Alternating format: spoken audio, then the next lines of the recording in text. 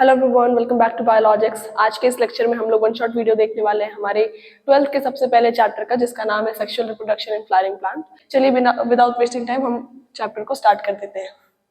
अब sexual reproduction in flowering plant की जब हम बात करते हैं तो हमको ये चीज पता होनी चाहिए कि फ्लावरिंग प्लांट यानी कि हमारे एंजियोस्पर्म्स, ठीक है, क्योंकि एंजियोस्पर्म्स ही सबसे पहले प्लांट है जो कि क्या करते हैं, हमारा फ्लावर को प्रोड्यूस करते हैं। इनके पहले जितने भी जिम्नोस्पर्म्स आए, उनके पहले जितने भी प्लांट आए, उन लोगों में हमको फ्लावर देखने के लिए नहीं मिलता है। दूसरी चीज, अगर मैं सेक्सुअल रिप्रोडक्शन की बात करूं तो आपको याद होना चाहिए बहुत पहले से भी, 10th लेवल से हर एक बच्चे को पता होता है कि सेक्सुअल रिप्रोडक्शन का मतलब क्या है। Sexual reproduction is basically nothing but reproduction of offspring by the process of fertilization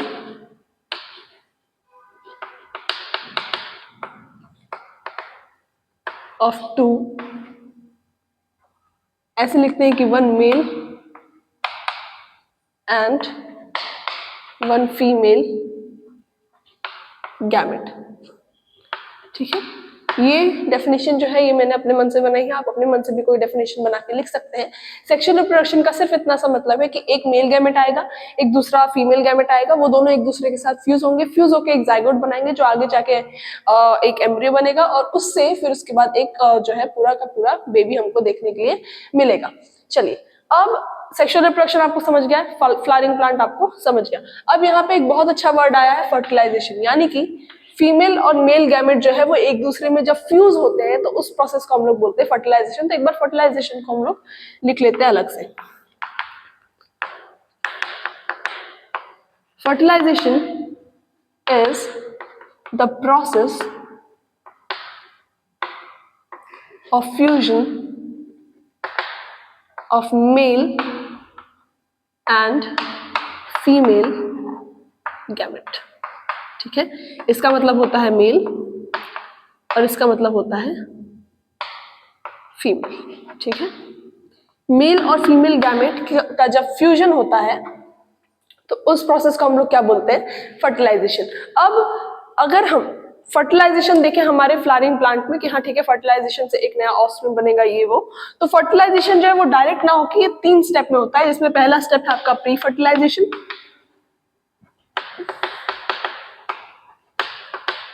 फिर एक्चुअल फर्टिलाइजेशन,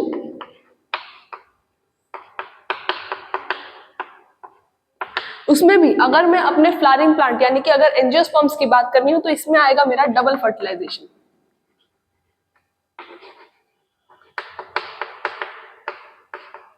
ठीक है। और आखिरी जो इवेंट होगा वो होगा पोस्ट फर्टिलाइजेशन का।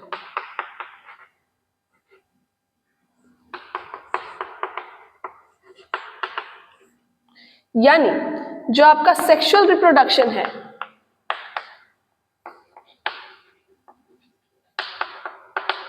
उसमें 3 इवेंट्स आते हैं।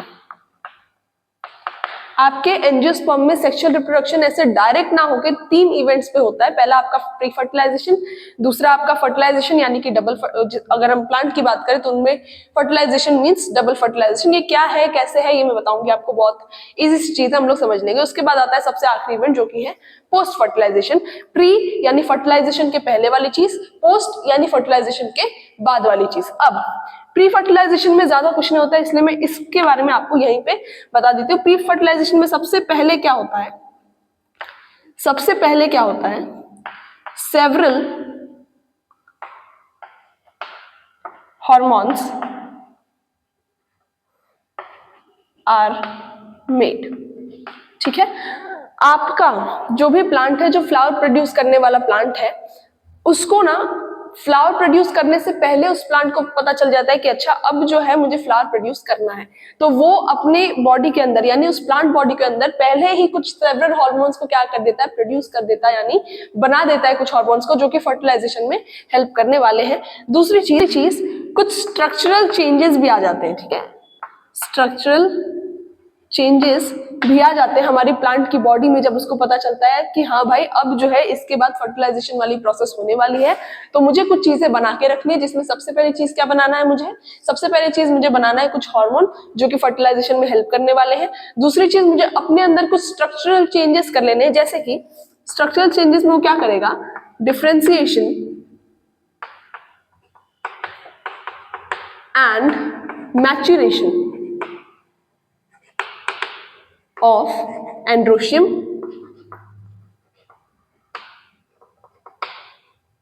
and gynoecium। ठीक है, एंड्रोशियम और गाइनोशियम का क्या कर लेगा, वो मैच्योरेशन और डिफरेंशिएशन कर लेगा। अब एंड्रोशियम और गाइनोशियम क्या है मैं आपको बहुत आराम से बता देती हूँ। अगर मैं एंड्रोशियम की बात करूं तो ये है वॉल ऑफ स्टेमन, और स्टेमन क्या है, मेल, यहां लिखने में थोड़ी सी प्रॉब्लम हो रही है, male reproductive part of flower. दिख रहा है क्या, ये है आपका male reproductive part of flower. कौन, आपका एंड्रोशियम। क्या है मैं आपको बहुत अच्छे समझाऊंगी, पहले हम गाइनोशियम के बारे में भी थोड़ा पढ़ लेते हैं। Gynoecium is whorl of carpel. ठीक है, कार्पल क्या है, कार्पल क्या है भाई, female reproductive part of flower. क्या है भाई, female reproductive part of flower कौन है आपका, कार्पल। अब मैं आपको ना यहाँ पे एक छोटा सा डायग्राम बनाकर दूंगी, किसका, हमारे फ्लावर का, और उसमें आपको समझाऊंगी कि एंड्रोशियम गाइनोशियम जो मैं बोल रही हूँ ये सारी क्या चीजें। सबसे पहले हम बना लेते हैं, हम बनाएंगे सबसे पहले एक, आ जाइए यहाँ, बनाएंगे एक थैलेमस। ठीक है, थैलेमस के अंदर हम एक बनाएंगे ओवरी और फिर स्टाइल और स्टिग्मा।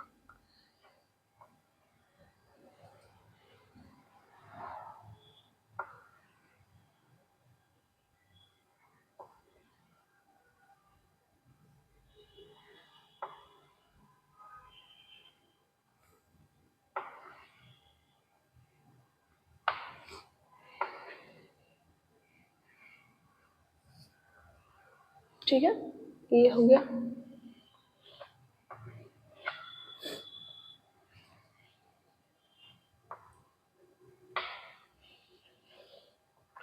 ये आपको ऐसी डायग्राम आपको एनसीईआरटी में भी देखने मिल जाएगी। इसमें फटाफट लेबलिंग कर देती हूँ। ये है मेरा थैलेमस, ये है मेरा सेपल, ये है मेरा पेटल। ठीक है, अब बहुत इंपॉर्टेंट चीज, ये जो आप स्ट्रक्चर देख रहे हैं ना, स्टिग्मा, स्टाइल, ओवरी, ये है मेरा कार्पल। ठीक है, और ये जो आप स्ट्रक्चर देख रहे हैं, इसमें ये अकेला स्ट्रक्चर जो है, ये अकेला स्ट्रक्चर जो है, इसको मैं क्या बोलूंगी, स्टेमन। ठीक है, क्या बोलूंगी भाई, स्टेमन। तो ये जो है कार्पल, कार्पल के अब अगेन मैं तीन पार्ट्स आपको यहीं के यहीं दिखा देती हूँ। मुझे आई होप आपको यहाँ सब समझ में आ रहा होगा। कार्पल के तीन पार्ट हैं, जिनमें सबसे पहला पार्ट है आपका, ये मैं जरा अच्छे से लिखूं यार यहाँ पर। ठीक है, पहला पार्ट है आपका स्टिग्मा, दूसरा पार्ट है आपका स्टाइल, और तीसरा पार्ट है आपका ओवरी। ठीक है, स्टेमन की अगर हम बात करें तो स्टेमन में हमारा सबसे पहला पार्ट है एंथर, और दूसरा पार्ट है आपका फिलामेंट। पहला पार्ट है आपका एंथर, दूसरा पार्ट है आपका फिलामेंट। ये देखिए, कार्पल की अगर मैं बात करूं तो ये है स्टिग्मा, ये है स्टाइल, और ये है आपका ओवरी। ठीक है, ये है आपका स्टिग्मा, ये है आपका स्टाइल, ये है आपका ओवरी। अगर कलेक्टिवली बोले तो इसको हम लोग कार्पल या फिर पिस्टल भी बोल सकते हैं। अगर हम यहां देखें तो ये है हमारा एक स्टेमन, एक अकेला स्टेमन। ठीक है, इस स्टेमन में जो ये आप लोब स्ट्रक्चर देख रहे हैं ना, ये जिसके दो लोब है, ऐसे लोब जैसा बना हुआ है यहाँ पर, ये हमारा एंथर, यानी कि ये पहला स्ट्रक्चर है एंथर। इसके बाद ये जो लॉन्ग थ्रेड लाइक स्ट्रक्चर आप देख रहे हैं यहाँ पे, ये हमारा फिलामेंट। और फिलामेंट और एंथर को कलेक्टिवली हम लोग क्या बोलते हैं, स्टेमन। तो इसका यहाँ जो मैंने लिखा है कि whorl of stamen is known as androecium, यानी कि ये जितने भी आपको स्टेमन देखने के लिए मिल रहे हैं, इन सबका जो ग्रुप है, इन सबका जो वॉल है, इनको मैं कलेक्टिवली क्या बोलूंगी भाई, इनको मैं कलेक्टिवली बोलूंगी एंड्रोशियम। वैसे ही आपकी जो कार्पल है वो आपको डिफरेंट डिफरेंट फ्लावर्स में वेरिएबल नंबर के मिल सकते हैं। जनरली हमको एक देखने के लिए मिलता है, लेकिन ऐसा जरूरी नहीं है कि हर फ्लावर में एक ही हो, एक से ज्यादा भी हो सकते हैं। तो अगर किसी फ्लावर में एक या एक से ज्यादा आपके कार्पल देखने के लिए मिल जाए तो कार्पल के पूरे ग्रुप को, कार्पल के पूरे वॉल को आप क्या बोलेंगे, गाइनोशियम, जो कि क्या है आपका female reproductive part of flower, और एंड्रोशियम क्या है आपका male reproductive part of flower. याद कैसे रखेंगे, अगर किसी भी फीमेल को रिप्रोडक्टिव पार्ट में कोई भी प्रॉब्लम होती है तो वो किसको देखने जाती है, गायनेकोलॉजिस्ट को। किसको, गायनेकोलॉजिस्ट को, है ना। इसलिए यहाँ पे भी अगर गायनोशियम आप सुने नाम, गायनोशियम अगर आपने नाम सुना तो आपने क्या याद रखना है कि ये कौन सा पार्ट ऑफ फ्लावर है, female reproductive part of flower है। उसके बाद अगर एंड्रोशियम सुनेंगे तो वो आपको ऑलरेडी याद आ जाएगा कि ये कौन सा पार्ट ऑफ फ्लावर है, male reproductive part of flower. I hope आपको इतनी चीजें समझ में आ गई होगी। एक बार इसका मैं आपको शॉर्ट फिर से बता देती हूँ। आपका जो सेक्सुअल रिप्रोडक्शन है, सेक्सुअल रिप्रोडक्शन में कुछ नहीं होता, एक ऑफस्प्रिंग का फॉर्मेशन होता है बाय द पेरेंट्स। उसमें क्या होता है कि फर्टिलाइजेशन होता है मेल और फीमेल गैमेट का, इन दोनों के फर्टिलाइजेशन से बनता है एक जाइगोट, जाइगोट से एम्ब्रियो, और फिर एम्ब्रियो से आपका बनता है एक कंप्लीट बेबी। उसके बाद अगर हम फर्टिलाइजेशन को पढ़े तो fertilization is nothing but the process of fusion of male and female gamete, यानी कि मेल और गैमेट फीमेल गैमेट के फ्यूजन को हम लोग क्या बोलते हैं, फर्टिलाइजेशन बोलते हैं। उसके बाद sexual reproduction in flowering plant की अगर हम बात करें तो उसमें 3 प्रोसेसेस होती हैं, 3 इवेंट्स होते हैं। पहला इवेंट है आपका प्री फर्टिलाइजेशन, दूसरा है आपका एक्चुअल फर्टिलाइजेशन, लेकिन अगर हम फ्लावरिंग प्लांट में फर्टिलाइजेशन की बात करें तो इसमें डबल फर्टिलाइजेशन होता है। क्या होता है, कैसे होता है, ये तो हम आगे पढ़ने ही वाले। उसके बाद आखिरी इवेंट होता है आपका पोस्ट फर्टिलाइजेशन। प्री यानी किसी चीज से पहले वाला इवेंट, प्री फर्टिलाइजेशन लिखा है यानी कि फर्टिलाइजेशन के पहले जितने इवेंट होंगे वो प्री फर्टिलाइजेशन इवेंट में आएंगे।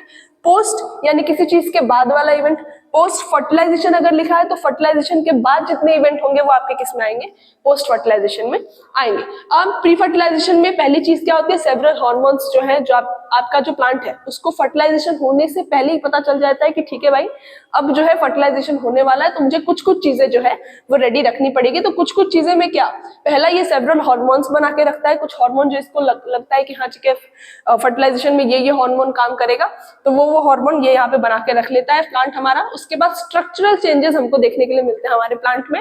और तीसरी चीज differentiation and maturation of androecium and gynoecium, यानी कि फर्टिलाइजेशन में मेल गैमेट और फीमेल गैमेट का आना जरूरी था।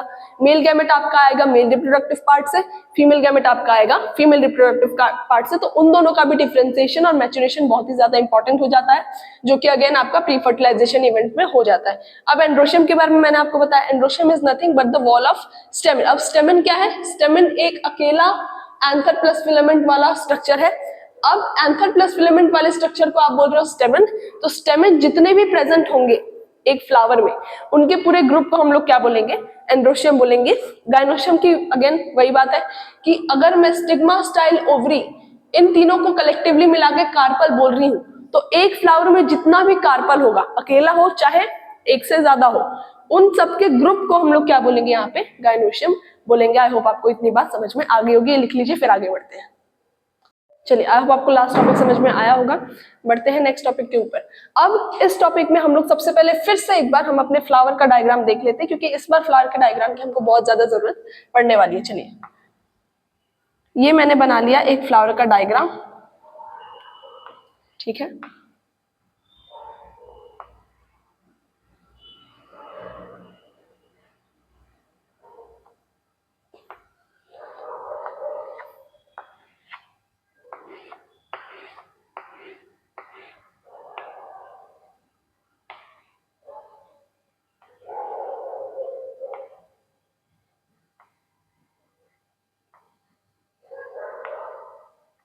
ठीक है, ये बन गया है मेरा फ्लावर का डायग्राम। इसमें मैं एक और चीज बनाना चाहूंगी जो कि है हमारा कौन, petal.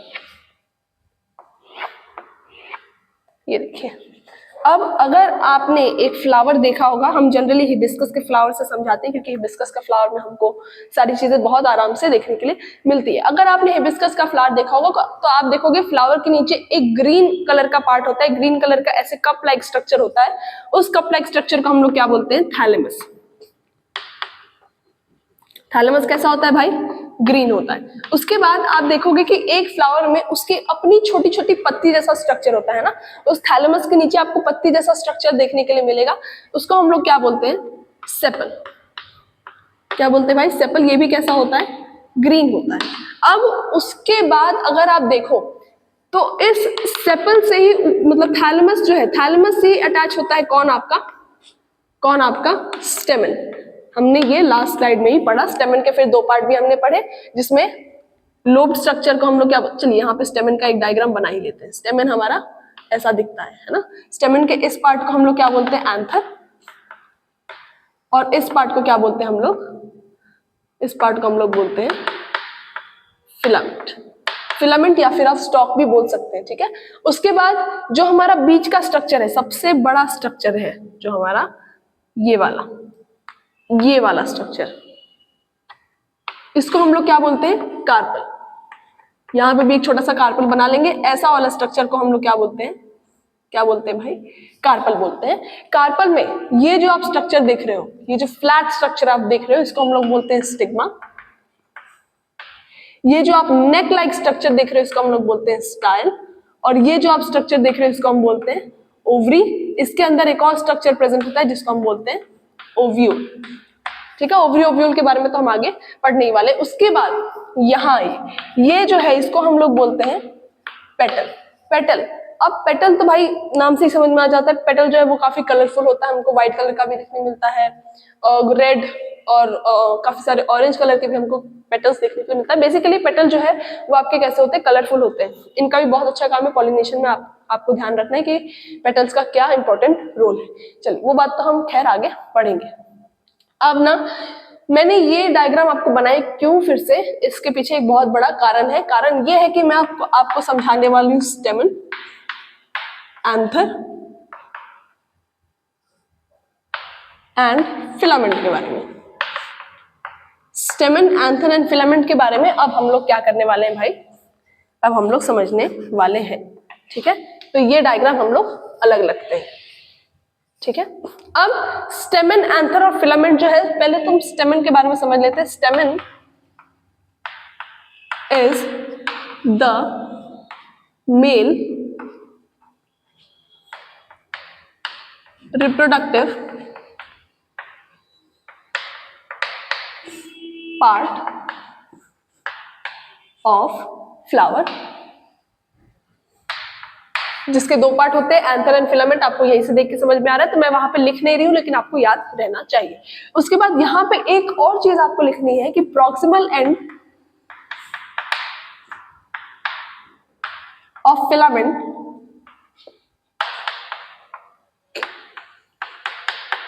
is attached to thalamus, ठीक है। प्रॉक्सिमल एंड ऑफ फिलामेंट किससे अटैच होता है भाई? आपके थैलेमस से। इसका मतलब क्या है यहाँ पे हम लोग जरा देखते हैं, इसलिए मैंने ये डायग्राम आपको बनवाई। ये देखिए, ये है आपका स्टेमन, सही बात। ये है उसका एंथर वाला पार्ट और ये है उसका फिलामेंट वाला पार्ट। अब देखिए, क्या आपको यहाँ पे एक थैलेमस वाला स्ट्रक्चर दिख रहा है दोस्तों? क्या आपको यहाँ पे एक थैलेमस वाला स्ट्रक्चर दिख रहा है मेरे भाई? दिख रहा है? बिल्कुल दिख रहा है ना। इसको जरा मिटाते हैं। अभी मैं इसको जरा मिटा रही हूँ, ठीक है। इसको मिटा देती हूँ पूरा ही, ठीक है। ये आपको थैलेमस दिख रहा है। क्या आपके फिलामेंट का प्रॉक्सिमल एंड आपके थैलेमस से अटैच है? यहाँ पे आपको दिख रहा है क्या मेरे भाई? क्या यहाँ पे थैलेमस से आपका अटैच है आपके फिलामेंट का प्रॉक्सिमल एंड? वही चीज यहाँ पे आपको लिखी हुई है ना। यहाँ पे क्या लिखा हुआ है कि proximal end of filament is attached to thalamus. Thalamus ये है आपका, ये कप लाइक स्ट्रक्चर आपको थैलेमस दिख रहा है। इस थैलेमस से ही आपका अटैच कौन है? आपका यहाँ पे डायरेक्ट कौन जा रहा है? यहाँ से फिलामेंट जा रहा है। तो क्या फिलामेंट का एंड आपके थैलेमस से अटैच है? बिल्कुल है। तो यही यहाँ पे आपको लिखा हुआ देखने के लिए मिलेगा। अब हमने फिलामेंट के बारे में पढ़ लिया, अब फिलामेंट के बारे में एक और चीज देख लीजिए कि it's long and slender thread like structure, thread like structure, ठीक है। लॉन्ग होता है, थ्रेड लाइक होता है, सिलेंडर होता है, ऐसा तो हमने ऑलरेडी पढ़ रखा है। आप अगर हिबिस्कस का फ्लावर देखेंगे, हिबिस्कस के फ्लावर में आपको बहुत सारे स्टेमेन निकले हुए दिखेंगे, वो येलोइश वाला पार्ट जो ऊपर में लगा हुआ रहता है वो एक थ्रेड से अटैच होता है ना, उस थ्रेड को हम लोग क्या बोलते हैं, फिलामेंट बोलते हैं। हमने फिलामेंट के बारे में यहाँ तक पढ़ लिया। अब हम कुछ पढ़ते हैं स्टेमेन के बारे में, सॉरी एंथर के बारे में। किसके बारे में भाई? एंथर के बारे में। तो anther is a bilobed structure, ठीक है। एंथर पहली चीज, it is a bilobe structure, या फिर बोल सकते हैं it is a diathecous structure।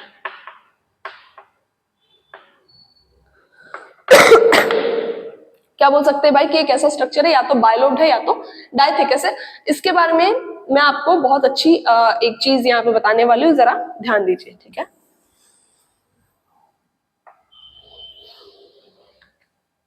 जरा ध्यान दीजिए मेरे भाई।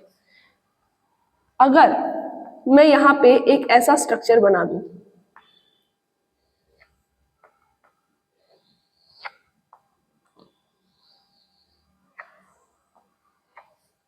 ये देखिए, मैंने यहां पे मान लीजिए कि मैंने यहां पे आपका बनाया एक स्टेमन, ठीक है। मैंने क्या क्या बनाया यहाँ पे, एक स्टेमन। अब इस स्टेमन का ये वाला पार्ट तो फिलामेंट है, फिलामेंट के बारे में हमने जो चीजें पढ़नी थी यहाँ पे पढ़ ली। ये वाला पार्ट क्या है हमारा, एंथर। अगर इस एंथर को मैं ऐसे ऐसे काट दूं, ऊपर से काट दूं, मतलब कि अगर आपका एंथर ऐसा था आपका एंथर, और मैंने ऊपर से काट दिया आपको ऐसे दिखाऊं, तो आपका एंथर कुछ ऐसा दिखेगा। आई बात समझ? कैसा दिखेगा भाई?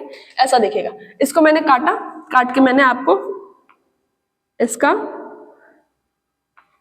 ऐसा वाला पार्ट यहाँ पर दिखाए हुए थोड़े बड़े से पार्ट पर, ठीक है। तो अब क्या आपको यहाँ पे दो लोब्स दिख रहे हैं, एक ये वाला लोब, एक ये वाला लोब दिख रहा है क्या मेरे भाई? एंथर में आपको दो लोब्स दिख रहे हैं क्या? बिल्कुल दिख रहे हैं। तो इसलिए हम बोलते हैं कि क्या कि हमारा जो एंथर है वो कैसा है, एक बायलोब स्ट्रक्चर है। अब इस बायलोब स्ट्रक्चर, अब हम ये डायथेकस क्यों बोल रहे हैं? क्यों? क्योंकि हर एक लोब में आपका एक थेका प्रेजेंट होता है। ये जो आपको स्पेस दिख रही है अंदर की, जो आपको स्पेस दिख रही है अंदर की, इसको हम लोग क्या बोलते हैं, थेका बोलते हैं। और हर एक थेका में आपको दो स्पोरेंजिया देखने के लिए मिलेगा, यानी कि ईच थेका कंसिस्ट ऑफ 2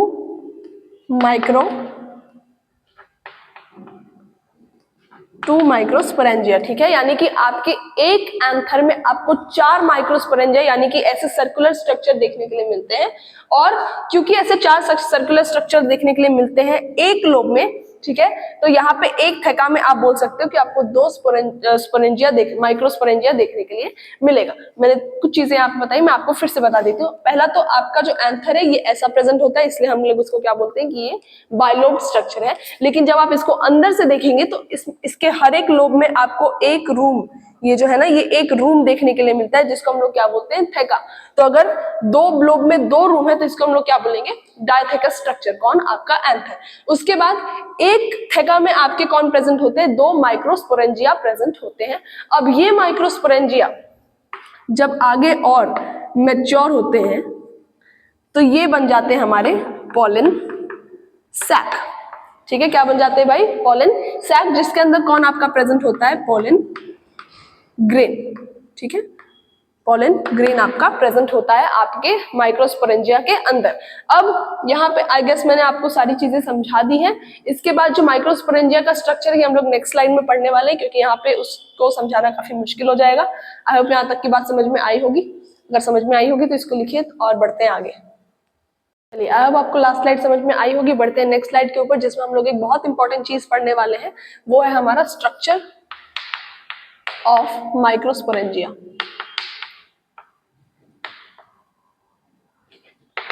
ध्यान से सुनिए मेरी बात को। एंथर कैसा होता है आपको? एंथर कैसा दिखता है? एक बड़ा सा स्टेमेन बनाते हैं, ठीक है। एक बड़े से स्टेमन में एक बड़ा सा एंथर बनाते हैं। एंथर को अगर आप बाहर से देखें तो आपको दो लोब में दिखता है जनरली। एंथर तो वैसे बहुत सारे स्ट्रक्चर में आपको देखने के लिए मिलते हैं, उन सारे स्ट्रक्चर के बारे में मैं आपको बता भी दूंगी, लिखा भी दूंगी, लेकिन यहाँ पर जनरली हम एंथर को दो लोब में देखते हैं ना, कि ये पहला लोब और ये दूसरा लोब, यानी पहला एंथर बायलोब हो सकता है।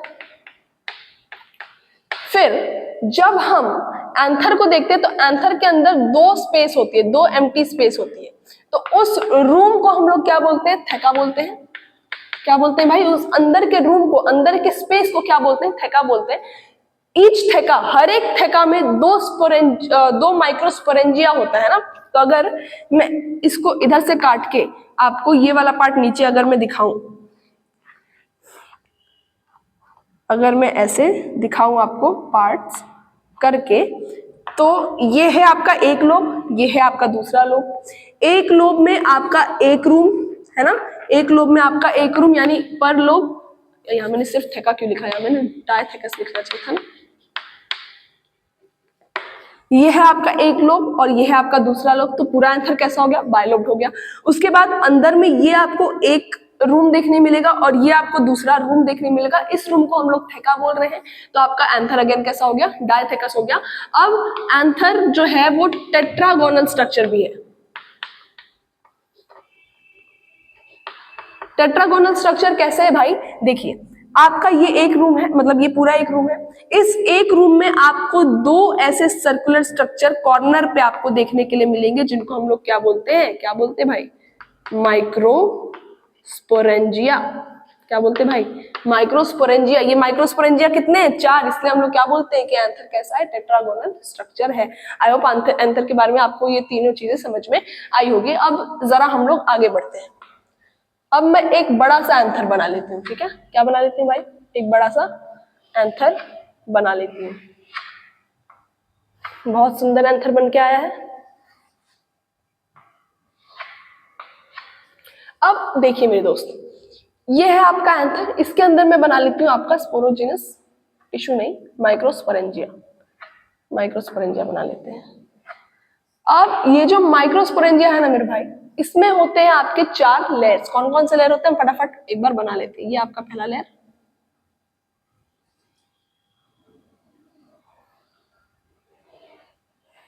फटाफट बनाते यार, क्या टाइम लगा रहे हैं।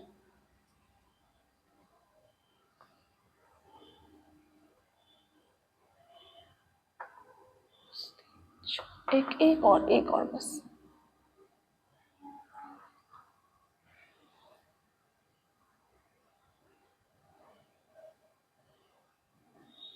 ये है आपके 4 लेयर्स ऑफ क्या आपके। यहाँ मैं एक और चीज बना रही हूँ, ये क्या है मैं आपको बड़े आराम से समझाऊंगी, ठीक है? हर एक चीज पे ध्यान देते हुए चलिएगा। अब इसके ना इस पार्ट को मैं जरा सा जूम करके यहाँ पे दिखा देती हूँ। क्या करके दिखाती हूँ भाई? जूम करके दिखाती हूँ। यहाँ पे ये सबसे पहली लेयर, जिसपे मैंने कुछ ऐसे सेल्स बना दिए।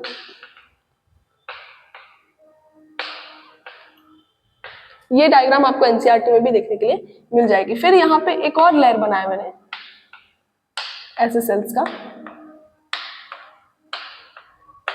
फिर एक और लेयर बनाया, सब में न्यूक्लियस बनाते जाना है।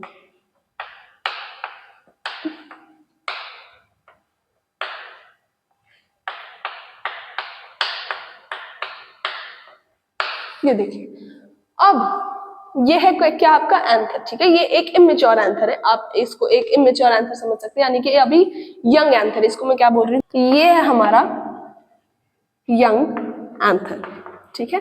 क्या है भाई? ये क्या है? हमारा यंग एंथर। अब देखिए, यंग एंथर में यहाँ पे एक और चीज मैं बनाना चाहती हूँ।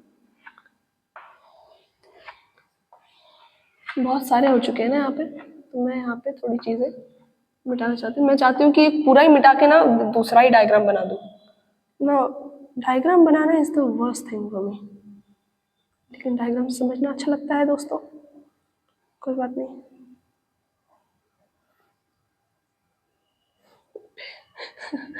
क्या बनाया है कभी कभी मैं ही नहीं समझ पाती हूँ। ठीक है भाई, कोई बात नहीं। ठीक है दोस्तों, अब जो है चीजें काफी सॉर्ट आउट दिख रही हैं, ठीक है? अब देखिए यहाँ पे मैंने क्या बनाया, एक यंग एंथर बनाया, यानी कि ये जो एंथर ये अभी इतना मैच्योर नहीं हुआ है, इतना मैच्योर नहीं हुआ कि ये आगे एक गैमेट आपको दे पाए और फर्टिलाइजेशन में आपका पार्ट ले पाए। अब ये जो सबसे पहली लेयर आप देख रहे हैं ना एक एंथर की, इसको हम लोग बोलते हैं एपिडर्मिस, ठीक है। इसके अंदर की जो लेयर है इसको हम लोग बोलते हैं एंडोथीसियम, एंडोथीसियम। उसके अंदर की जो लेयर है इसको हम लोग बोलते हैं मिडिल लेयर। उसके अंदर की जो लेयर है इसको हम लोग बोलते हैं, अब देखो दोस्त मैंने वो तीनों साथ में लिखा, इसको थोड़ा अलग लिखा, तो ऑब्वियसली मुझे कुछ बताना होगा, है ना। तो आप भी कुछ ऐसा ही लिखे कि आपको आगे जगह मिल पाए लिखने की। उसके अंदर जो ये आप जगह देख रहे हैं ना खाली, इसमें ना बहुत सारे टिश्यूज होते हैं जिनको हम लोग बोलते हैं स्पोरोजेनस टिश्यू। क्या बोलते हैं भाई? स्पोरोजेनस टिश्यू बोलते हैं। अब ये जो एपिडर्मिस, एंडोथीसियम और मिडिल लेयर जो है, इनका काम क्या होता है? इनका काम होता है प्रोटेक्शन का, प्रोटेक्शन का। और दूसरा, ये इनका पहला काम है। दूसरा काम है इनका रिलीज ऑफ पोलन, ठीक है। रिलीज ऑफ पोलन का ये तब जब एंथर आपका मैच्योर हो जाए, जब आपका एंथर मैच्योर हो जाता है तो ये जो तीनों लेयर है ये हेल्प करती है आपके पोलन ग्रेन को रिलीज करवाने में। और पहला काम क्या इनका? प्रोटेक्शन। प्रोटेक्शन किसकी? स्पोरोजेनस टिश्यूज की, क्योंकि स्पोरोजेनस टिश्यूज जो है वो ही ऐसे टिश्यूज है जिनके सेल्स जो है आगे जाके आपके पोलन ग्रेन में कन्वर्ट होते हैं, ठीक है। अब ये जो टपेटम है इसको मैं थोड़ा मिटाती हूँ, हटाती हूँ यहाँ से, इसको मैं थोड़ा इधर लिखूंगी,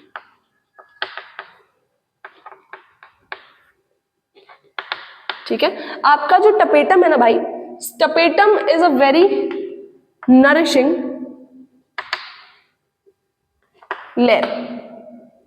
क्यों ऐसा बोल रही हूँ? क्योंकि टपेटम जो है वो आपके स्पोरोजेनस टिश्यूज को काफी सारा नरिशमेंट प्रोवाइड करता है, इसलिए हम लोग इसको क्या बोलते हैं? नरिशिंग लेयर, ठीक है। दूसरी चीज, ठीक है, दूसरी चीज हम यहाँ पे क्या लिखेंगे कि इनका जो साइटोप्लाज्म होता है ये डेंस होता है, डेंस साइटोप्लाज्म। कैसा होता है भाई? डेंस होता है इनका साइटोप्लाज्म। तीसरी बहुत इंपॉर्टेंट चीज कि इसमें मोर देन 1 न्यूक्लियस प्रेजेंट, यानी एक से ज्यादा न्यूक्लियस आपको आपके टपेटम में देखने के लिए मिलते हैं।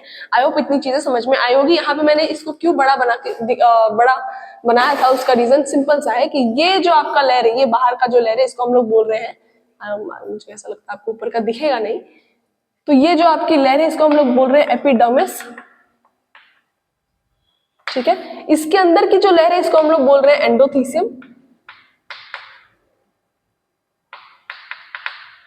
ठीक है। उसके अंदर की जो लेयर है उसको क्या बोलेंगे भाई? Middle layer.